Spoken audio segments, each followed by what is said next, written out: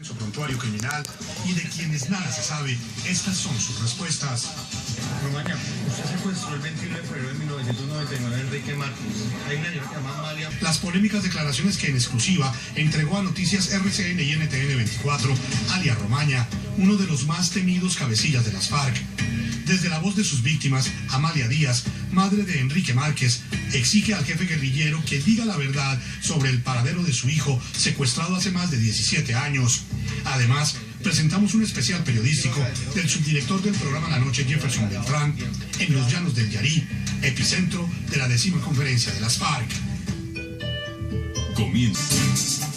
La Noche, bajo la dirección de Claudia Gurizati, enciende las luces para que usted vea el punto clave de la noticia. Soy Jason Calderón, bienvenidos todos. La noticia, este viernes culmina la denominada 10ª conferencia de las FARC en Colombia. En los llanos del Yarí, entre los departamentos de Meta y Caquetá, los cabecillas de la guerrilla expusieron a sus filas los contenidos del acuerdo pactado con el gobierno del presidente Juan Manuel Santos. Se espera que en el acto de clausura las FARC revelen el nombre del que sería su partido político una vez entreguen las armas. El punto clave de la noticia. Durante la cumbre, nuestros enviados especiales Jefferson Beltrán y Carla Arcila han podido entrevistar a varios de los guerrilleros asistentes, entre ellos algunos comandantes de temidos bloques de las FARC y que tras un extenso prontuario criminal se aprestan a reincorporarse a la vida civil. Estamos en el lugar de la noticia con Jefferson Beltrán, subdirector del programa La Noche. Jefferson, faltan solo horas para que culmine la conferencia de las FARC. ¿Cuál es el balance que usted puede hacer de estos 6 días de encuentros?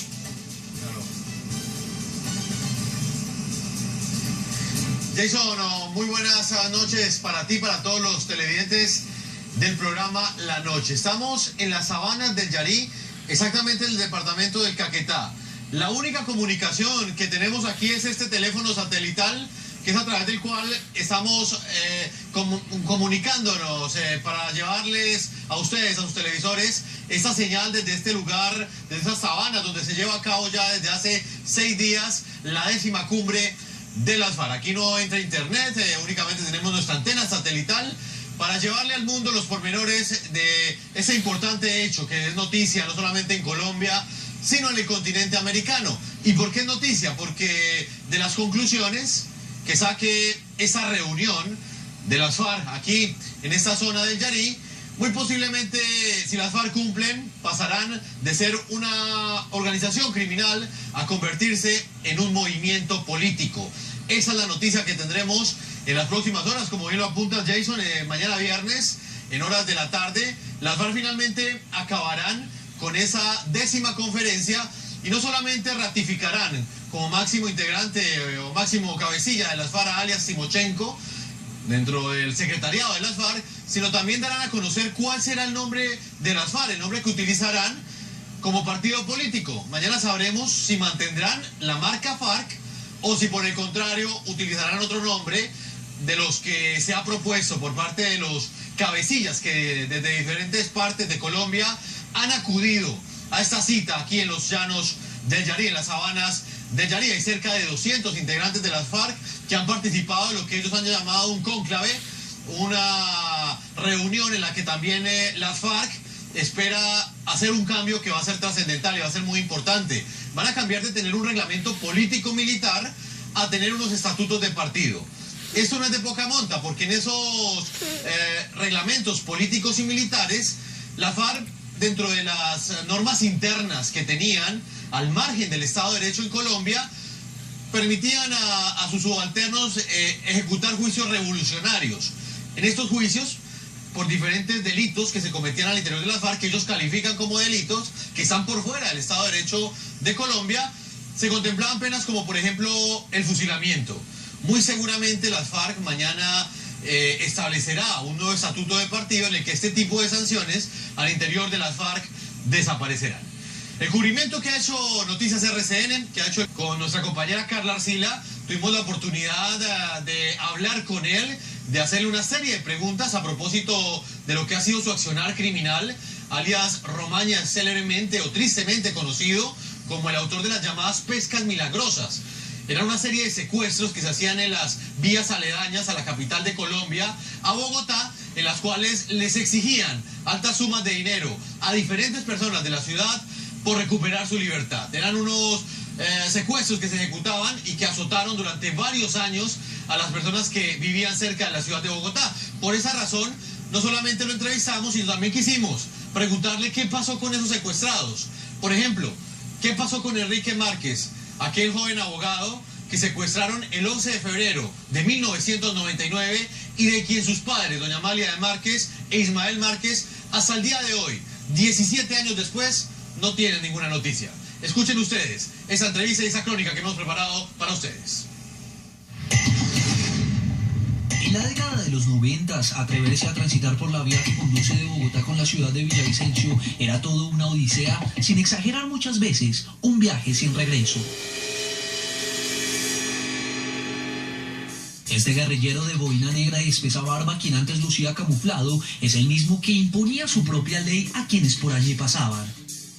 Es Henry Castellanos, o como lo conocen en la guerrilla, como lo conocimos los colombianos, alias Romaña.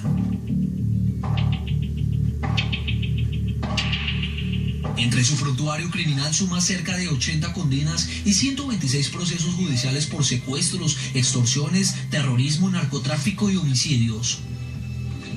Es considerado como el principal secuestrador que ha tenido las FARC en sus filas.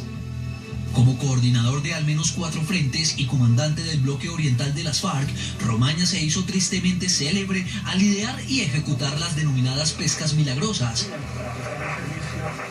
Es decir, aquellos secuestros masivos en carreteras que sembraron miedo y zozobra en Colombia. Precisamente, en la 10ª conferencia de las FARC en las selvas del Yarí, Noticias RCN logró entrevistar a Romaña y preguntarle sobre este crimen que por años perpetró. Sé que no le gusta hablar del pasado, pero para construir un nuevo futuro a veces hay que hablar del pasado. Usted es una persona que fue recordada por las tristes pescas milagrosas. ¿Qué les dice usted hoy aquí en Noticias RCN a esas víctimas? Nunca me ha gustado el pasado. En La Habana hablé harto de esos temas y yo creo que en los medios de comunicación están y todos saben. Y de ese tema me gustaría hablar más largamente porque aquí en Colombia se inventaron las pescas milagrosas. Eso la hicieron los españoles, fueron los primeros que la hicieron fueron los españoles y empezaron por el Perú, secuestrando al indio Atahualpa. Y eso es doloroso para toda la sociedad que se resultó afectada de una u otra manera en estos hechos. Pero eran los hechos de la guerra. ¿Sí? En esos tiempos se estaban debatiendo o se estaba dando la guerra más dura en Colombia con las masacres. 7 millones de desplazados, víctimas, 30.000 falsos positivos, gente damnificada, gente lisiada, gente en el exterior. O sea, era un hecho trascendental que nos tenían aplicada la guerra impuesta por los Estados Unidos y otros países del mundo. Romaña aseguró que los que más han sufrido los embates de la guerra en Colombia son los miembros de las FARC. No solamente a las víctimas, si nosotros estamos de acuerdo por la paz, que fuimos los que más sufrimos en esta guerra, ¿sí? Porque es una guerra desigual. Dormir en el monte, no comer, no dormir, hacernos picar de los zancudos, de las culebras, de las panteras, de los tigres, la arremetida de todas las serpientes o animales salvajes que existen allí. Y a mí no me pagan un sueldo, dando mi vida por el pueblo colombiano.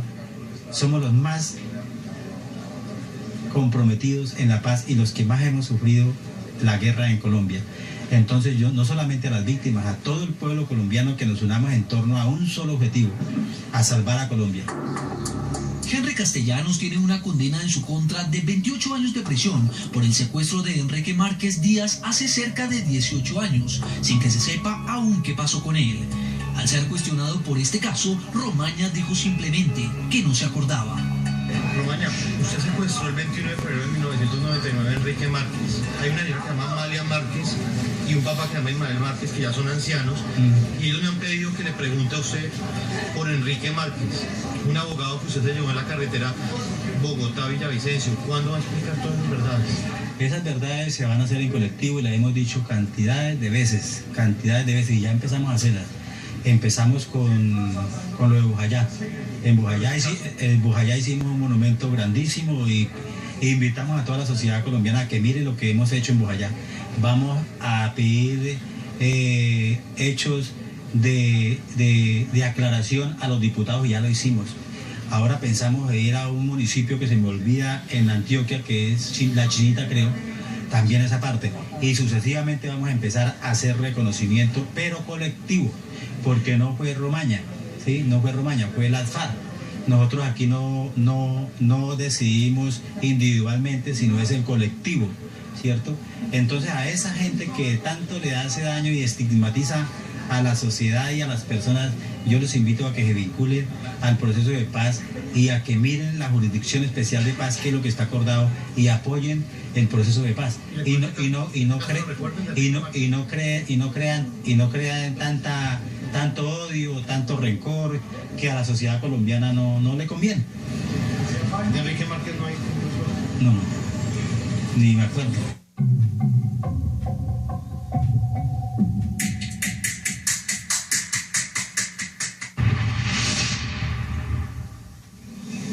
En Bogotá, Colombia, quiero saludar a Amalia Díaz de Márquez. Ella es la madre de Enrique Márquez Díaz, secuestrado y desaparecido por las FARC el pasado 11 de febrero de 1999. Lleva en